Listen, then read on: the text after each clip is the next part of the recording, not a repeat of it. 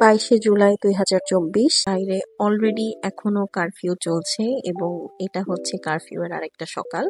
ঘুম থেকে উঠেই বুঝতে পারলাম যে আসলে যে কোনো সময় ইলেকট্রিসিটি চলে যেতে পারে, আজকে না হোক আগামীকালকে। তাই ঝটপট করে রেডি হয়ে নিলাম, জানতে পারলাম যে টেস্কো থেকে নাকি লোন দিচ্ছে ইলেকট্রিসিটির, তাই আমি তাড়াহুড়া করে রেডি হলাম। কারফিউ এর ব্রেক ছিল মাত্র 3 ঘন্টা। আমি ভেবেছিলাম হয়তো বা পুরাটা সময় আমার দাঁড়িয়ে থাকতে হবে টেস্কোর বাইরে, বিকজ টিভিতে দেখছিলাম অনেক ভিড়। সো কোনো রকম রেডি হয়ে জাস্ট হাতের কাছে যেই জামাটা পেয়েছি পেয়ে দৌড় দিলাম রাস্তায় ডেস্কোর উদ্দেশ্যে। কারফিউ ব্রেক ছিল দুপুর 2টা থেকে বিকাল 5টা পর্যন্ত। তা আমি আর আমার এক আপু দুজন মিলেই আমরা একই কাজে চলে গেলাম একসাথে। অ্যান্ড ট্রাস্ট মি, 2টা 13 মিনিটে বাসা থেকে বের হয়ে 3টা 11-র মধ্যে বাসায় চলে এসেছি। মানে আমি তেমন ডেস্কোতে কোনো ভিড়ই পাইনি, যাওয়ার সাথে সাথে কাজ হয়ে গিয়েছে। তারপরে লাঞ্চ শেষ করে বিকালবেলা ছাদে চলে আসলাম। বিল্ডিং এ আমাদের যত মানুষ ছিল সবাই এই নেটের অবদানে কেউ ছাদে উঠে না।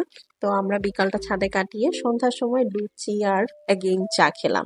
এরপরে আমি সেইনার একটা আনবক্সিং ভিডিও করেছি, যেটা আপনারা অলরেডি আমার পেজে গেলে পাবেন। By the way, I have a very great range of Uno because I love Uno.